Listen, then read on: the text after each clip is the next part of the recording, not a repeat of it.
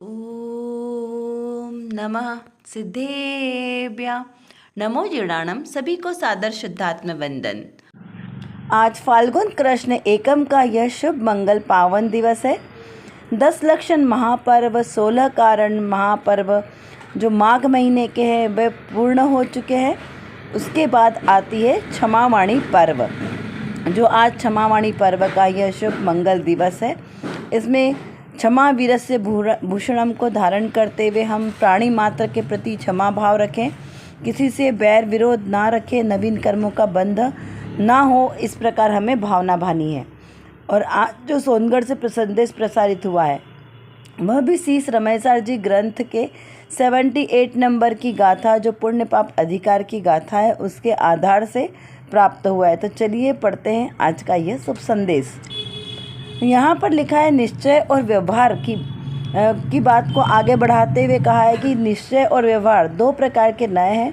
उसमें से कौन सा नए हमें ग्रहण करने योग्य है और कौन सा नए हमें मात्र समझने के लिए उसको बताया है। यहाँ लिखा है कि निश्चय नए के विषय को छोड़कर विद्वान व्यवहार के द्वारा प्रवर्तते हैं, परंतु परमार्थ के आश्रित यतीश्वरों को ही कर्म का नाश आगम में कहा है। केवल व्यवहार में प्रवर्तन करने वाले पंडितों के कर्म क्षय नहीं होता है। देखिए यहाँ पर आचार्य देव ने कितना स्पष्ट विवेचन किया है कि जो व्यवहार में प्रवर्तन करते हैं ऐसे पंडित, मतलब शास्त्र ज्ञान को जानने वाले मात्र पंडित कर्म क्षय नहीं करेंगे। कर्मों का क्षय कैसे होगा? निश्चय के आश्रय से, निश्चय शुद्ध आत्मा के आश्रय से, जो व्यवहार के विषयों को छोड़कर निश्चय नहीं यानी अपनी निशुद्धात्मा में प्रवर्तन करेगा, ऐसे परमार्थ को धारण करने वाले जो यतीश्वर है, महामुनीश्वर, वही कर्मों का क्षय करेंगे। यानी देखिए, आश्रव तो कर्मों का आना, जो प्रति समय आश्रव हो रहा है। जीव अनादिकाल से कर्मों से बंधा है, पूर्व से, है ना, पूर्वोपार्जित कर्मों से बंधा है, तो उसका परद्रव्य के साथ संयोग, कर्म के साथ संयोग है। अब उसको अगर कर्म का बंधन रोकना है तो उसे क्या करना है? अपने निशुद्धात्मा में प्रवर्तन करना है। तो उससे क्या होगा? जो नवीन कर्म आ रहे हैं वो रुक जाएंगे, और अब जो नवीन कर्म आ रहे हैं वो रुक गए, यानी संवर हुआ। जो आश्रव हो रहा था अब उसका संवर हुआ, तो अब उसको पूर्णतः खत्म करके शुद्ध दशा को प्राप्त करना है। तो क्या करेगा जीव? तो वो जो कर्मों का बंधन हुआ था उसको हमने संवर से रोका। अब धीरे धीरे जो पूर्व में बंधे हुए कर्म हैं उनको क्या करना है? निर्जरित करना है। तो उन कर्मों की निर्जरा की 2 प्रोसेस है, एक सकाम निर्जरा, अकाम निर्जरा, यानी एक सविपाक निर्जरा, अविपाक निर्जरा। तो अब ये 2 प्रकार की निर्जरा कैसी होगी? तो एक तो ये जो सहजी होती है ना, सहजी कर्म आते हैं, कर्म झड़ जाते हैं। जैसे पेड़ के पत्ते नवीन पत्ते का उदय होता है और पुराने पत्ते, पीले पत्ते झड़ते जाते हैं, ये सहज प्रक्रिया है। अब यदि हमें किसी पेड़ के सारे पत्ते गिराने हैं तो क्या करेंगे? हम मेहनत करके वो जो हरे पत्ते हैं, अभी सूख नहीं रहे, उनको भी तोड़ के गिराएंगे। सूखे तो गिर ही रहे हैं, हरे जो है उनको भी गिराएंगे, तो पेड़ कैसा होगा? पूरा पर्ण रहित हो जाएगा। तो ऐसे ही जब हमें अपनी आत्मा से लगे कर्मों को गिराना है तो क्या करना पड़ेगा?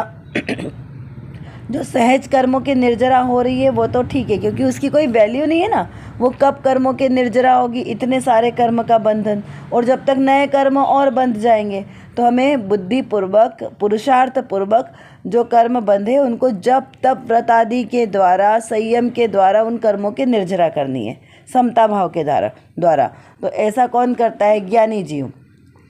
तो वो क्या करता है? व्यवहार में जो अभी तक वो दया दान पूजा पाठ आदि में जो धर्म मान रहा था उस प्रक्रिया को छोड़ना है, क्योंकि दया दान पूजा पाठ स्वाध्याय ये सब क्या है? शुभ भाव है, और शुभ भाव से बहुत थोड़े थोड़े कर्मों की निर्जरा होती है। लेकिन पुरुषार्थ पूर्वक शुद्ध भाव के द्वारा अनंत गुने कर्मों की निर्जरा होती है। तो जो विद्वान है, मतलब जो यतीश्वर कहा, मुनीश्वर कहा, जिनको 3 कषाय चौकड़ी का अभाव हो चुका है, ऐसे यतीश्वर वो कैसे हैं? कर्मों की निर्जरा जल्दी करेंगे। देखिए, पहला तो एक कषाय चौकड़ी का अभाव होने वाला, जिनके अनंतानुबंधी कषाय चौकड़ी का अभाव हुआ है, तो उनकी निर्जरा कैसी होगी? थोड़ी थोड़ी होगी। फिर दूसरे 2 कषाय चौकड़ी का अभाव वाले व्रती श्रावक, जो व्रती या अणुव्रत आदि को पालन करने वाले, उनकी निर्जरा थोड़ी अधिक होगी। और जो 3 कषाय चौकड़ी का अभाव की है, ऐसे महामुनीश्वर की कषाय और ज़्यादा कम होगी। फिर जो उसके बाद भी जो शुद्धोपयोग में रमण करने वाले मुनिराज है, संजुलन कषाय का अभाव करने वाले मुनि, उनकी निर्जरा कैसी होगी? और अधिक होगी। यानी कि उत्तरोत्तर जैसे जैसे आपके संयम के परिणाम बढ़ते जाएंगे, वैसे वैसे कषाय घटती जाएगी। तो यहाँ कहा, और ये सब किसके आश्रय से होगी? निश्चय नय के आश्रय से, व्यवहार से नहीं। व्यवहार किसे कहा? पूजा पाठ, दया दान आदि करना, यह व्यवहार है। और निश्चय अपने निशुद्धात्मा में लीन होना, वो निश्चय है। तो अपने निश्चय नय के द्वारा अपने निज शुद्धात्मा में प्रवर्तन करना, ऐसा जब महायत, ऐसा कौन कर पाता है? महायतीश्वर। क्यों? क्योंकि उनकी 3 कषाय चौकड़ी 4 कषाय चौकड़ी का अभाव है, तो उनको ज़्यादा शुद्धता है ना, अंतर में शुद्धि उनको ज़्यादा है। तो ऐसे महामुनिराज ही सही मायने में कषाय का निरोध करते हैं, कर्मों का क्षय करते हैं।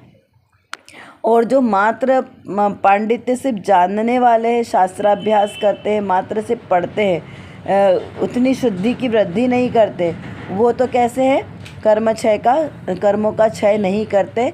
तो वो क्या करते हैं? मात्र पुण्य का बंधन करते हैं, है ना। पाप में तो प्रवर्तन करते नहीं हैं, पापों से तो विरक्त हैं, लेकिन पापों से विरक्त होकर पुण्य आश्रव कर रहे हैं। तो पापाश्रव और पुण्याश्रव, तो अभी उनका पुण्याश्रव जारी है, तो इसलिए उनको कैसा है? कर्म का बंधन है। और जो आश्रव से विरक्त हो चुके हैं, बंधन से मुक्त हो चुके हैं, उन्हें कर्म का बंधन नहीं है। अब देखिए हम, तो आश्रव कहाँ कहाँ तक होता है? तो आश्रव तो सबको होता है, पहले गुणस्थान से लेकर 13वें गुणस्थान तक आश्रय होता है। लेकिन ऊपरी जो जिनके 4 कषाय चौकड़ी का अभाव हुआ, ऐसे महामुनिराजों को बंध नहीं होता। आश्रय तो होता है, किंतु बंध नहीं होने से उनकी निर्जरा कही गई है। तो वहाँ पर इस प्रकार यहाँ पर समझना कि बंध किस प्रकार से होगा? जब आश्रय होगा, उनका बंध होगा, तो कर्मों का बंध जारी रहेगा। लेकिन आत्मा के आश्रय से, आत्मा के शुद्ध स्वभाव से कर्मों का बंधन रुक जाएगा, वही सच्ची निर्जरा है। इस प्रकार यहाँ आज के संदेश का अर्थ निकलता है। अब देखते हैं आज की रत्नकणिका में कौन सी विशेष बात है। यहाँ पर मुमुक्षु ने प्रश्न किया है कि सम्यक दृष्टि स्वसन्मुख होकर सुख का आस्वादन करता है, यह क्या आम के स्वाद जैसा होगा? क्या प्रश्न है कि सम्यक दृष्टि जैसे आत्मा के यानी स्व के सन्मुख होकर सुख का आस्वादन करता है, तो क्या यह आम के स्वाद के जैसा होता है? क्योंकि आम के प्रिय, जिनको आम प्रिय है, उनको आम का स्वाद लेते ही ऐसा लगता है जैसे उन्हें पता नहीं स्वर्ग के सुख मिल गए हों, अमृत का स्वाद ले लिया हो। इस प्रकार से वो समझता है। तो यहाँ पर फिर इसका समाधान करते हुए कहा कि आत्मा को आम का स्वाद कहा जाता है। आम तो खट्टा मीठा है। अज्ञानी यह आम पर लक्ष्य करता है, यह ठीक है। ऐसा करता है, उस राग का स्वाद लेता है। आम का स्वाद तो कोई अज्ञानी को भी नहीं आता, वह तो जड़ है, धूल है, मिट्टी है, मिट्टी का स्वाद है, यह तो अरूपी पदार्थ है। देखिए, इसको हम सरल भाषा में समझे तो यहाँ पर जो मुमुक्षु ने प्रश्न किया है, और उसका क्या उसने दोनों में जोड़ बिठाया, आम के स्वाद से आत्मा के स्वाद को चखा। तो सबसे पहला तो प्रश्न ये उठता है कि क्या आत्मा का स्वाद आम के स्वाद के साथ तुलना करनी चाहिए? ये तो ऐसा हुआ कि कहाँ राजा भोज और कहाँ गंगू तेली, है ना। क्यों? क्योंकि आत्मा तो कैसा है? अतीन्द्रिय स्वभाव वाला है। और जो आम का स्वाद है वो कैसा है? जड़ है। आम जड़ वस्तु, उसको स्वाद लेने वाली जो जिह्वा इंद्रिय है वो भी कैसी है? जड़ इंद्रिय। क्यों? क्योंकि वो तो शरीर की इंद्रिय है ना, तो वो शरीर के आश्रय से हुआ।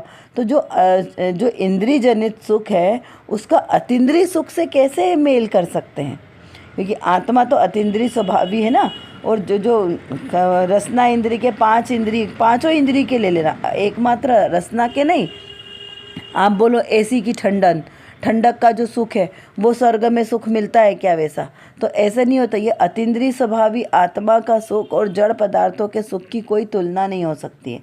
इसलिए यह कहा कि कहाँ आत्मा को आम के स्वाद के साथ जोड़ा है, तो ऐसा नहीं हो सकता है, क्योंकि आम में तो कौन सा गुण है? खट्टा, मीठा, चरपका, चरपरा, कसेला, ये जो गुण है ना रसना इंद्री के, ये वाले इंद्री के गुण से उसको नापा जाता है। लेकिन आत्मा में तो ऐसा कोई गुण ही नहीं है। आत्मा में न खट्टा है, न मीठा है, न चरका है, न चरपरा है, न खारा है ना। ये स्वाद तो किसके? जड़ पदार्थों के। आत्मा में ये स्वाद नहीं होते। आत्मा में तो अस्वादी है, अरूपी है, अस्पर्शी है, अगंध है ना।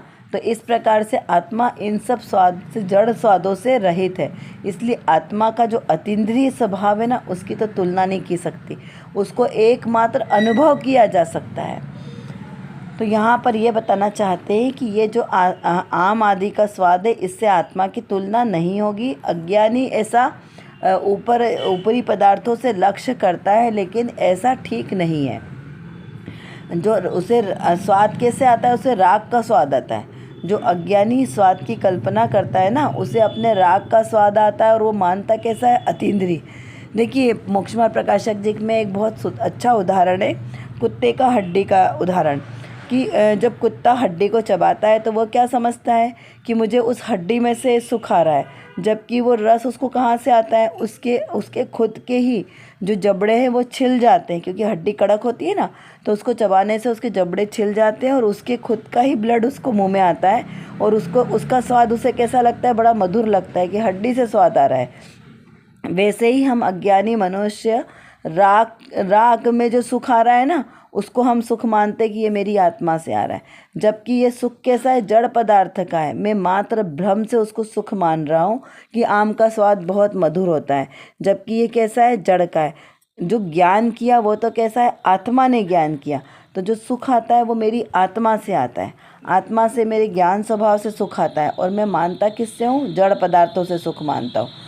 जो सुख की, दुख की अनुभूति होती है वो मेरे ज्ञान से होती है, मेरे ज्ञान और अज्ञान से। मैंने ही अपने ज्ञान में किसी इष्ट पदार्थ को में सुख की कल्पना करी है, और किसी अनिष्ट पदार्थ में दुख की कल्पना करी है ना।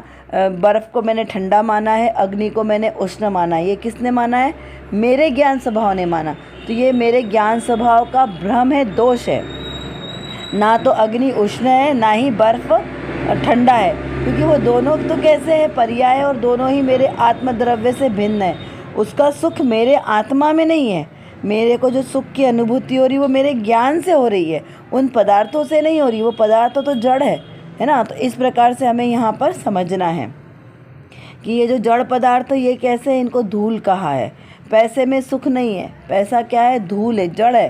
तो जड़ धूल है, मिट्टी है, और मिट्टी के स्वाद तो कैसा है? किसी काम का नहीं है, वह तो अरूपी पदार्थ है। इस प्रकार यहाँ पर हमें इसको समझना है। हम एक बार फिर से आज के संदेश को रिवाइज करते हैं कि आज के संदेश में कौन सी विशेष बात है? नयों की बात है, कि नए कौन सा नए हमारे लिए ग्रहण करने योग्य और कौन सा नए हमें छोड़ने योग्य है। तो बहुत ही स्पष्ट कथन है यहाँ पर कि निश्चय नए और व्यवहार नए, दो प्रकार के नए कहे हैं। उसमें से निश्चय नए ग्रहण करने योग्य और व्यवहार नए छोड़ने योग्य। क्यों? क्योंकि व्यवहार नए के द्वारा हम वस्तु स्वरूप वस्तु स्वरूप तक पहुँचते हैं। यानी कि हमें अपनी आत्मा समझ नहीं आ रहा है, तो हम आत्मा को समझाने के लिए व्यवहार नए हैं। व्यवहार नए के आश्रय से हम अपनी आत्मा को समझ सकते हैं। इसलिए बस इतना ही उसका प्रयोजन है। जैसे ही हमें अपनी आत्मा का स्वरूप ख्याल आ गया, तो फिर व्यवहार नए की कोई आवश्यकता नहीं है। वहाँ निश्चय नहीं एकमात्र हमारे लिए उपादेय है। इस प्रकार से समझना है। कर्म का बंधन पुण्याश्रव और पापाश्रव के कारण होता है, और जिसे निर्बंध होना हो उसे पाप और पुण्य दोनों का ही चक्कर छोड़कर एकमात्र निज अपनी निश्चय शुद्ध आत्मा को ही ग्रहण करना है, उसे ही उपादेय मानना है, तो वह कर्म बंधन से मुक्त हो सकता है। इस प्रकार से इसका अर्थ निकला। अब चलिए हम इसका थोड़ा सा विचार करते हैं। जैसे आम का स्वाद खट्टा मीठा है, वैसे आत्मा का स्वाद कैसा है? एक ही क्रिया करते हुए भी ज्ञानी और अज्ञानी की भूल क्या है? आगम में निश्चय और व्यवहार नए, ऐसे दो प्रकार से कथन क्यों किया गया है? अपने लक्ष्य की प्राप्ति किस नए के द्वारा होती है? क्या ये नए का नया चक्कर है? क्या समझना है? क्या ये नए का नया चक्कर है या ये वस्तु स्वरूप है, यथार्थ स्वरूप है? इस पे हमें बहुत गहराई से चिंतन करना है यदि अपना कल्याण करना है तो। अपना कल्याण जिस जीव को करना है उसे इस नयों की भाषा को समझना पड़ेगा। बिना नयों की भाषा को समझे बिना आपका मोक्ष मार्ग नहीं बनेगा। कौन सी चीज़ किस परिप्रेक्ष्य से कही गई है और कौन सी बात को आपको ग्रहण करना है और किसको छोड़ना है, ये समझना बहुत ही आवश्यक है। यदि नहीं समझे तो क्या होगा? सारा खेल गड़बड़ हो जाएगा। जो ग्रहण करना है उस तक तो आप पहुंचेंगे ही नहीं, और जो छोड़ने वाली चीज़ें आप उसके तक ही लगे रहेंगे तो आपका मोक्ष मार्ग नहीं लगेगा। अगर आपको मुंबई जाना है तो आपको मुंबई की ट्रेन में बैठना है। यदि आप दिल्ली की ट्रेन में बैठ जाओगे तो कभी मुंबई नहीं पहुंच सकते। इसलिए इसका विचार चिंतन अति आवश्यक है। अपनी मति को व्यवस्थित करते हुए हमें यह निर्णय करना है कि मैं कौन हूँ और मेरा स्वरूप क्या है। इस प्रकार यथार्थ निर्णय के साथ हमें अपना श्रद्धांत पक्का करना है, क्योंकि जो सर्वज्ञ देव की वाणी में आया है वही वस्तु का यथार्थ स्वरूप है और वही मैं हूँ, वही मेरा स्वरूप है। इसी स्वरूप को समझकर अनंत सिद्ध हुए हैं, अनंत सिद्ध हो रहे हैं और आगे भी ऐसे ही अनंत सिद्ध होंगे। और मुझे भी अगर अपना सम्यक दर्शन प्रकट करना है, उस सिद्धालय में जाकर विराजमान होना है, तो इसी मार्ग का अनुसरण करना पड़ेगा। चलिए, इतना आपको समझ में आ गया होगा। यदि नहीं समझ में आए तो आप कमेंट बॉक्स में लिखकर पूछ सकते हैं और अपनी चिंतन धारा को बढ़ाएं, स्वाध्याय करें। जय जिनेंद्र।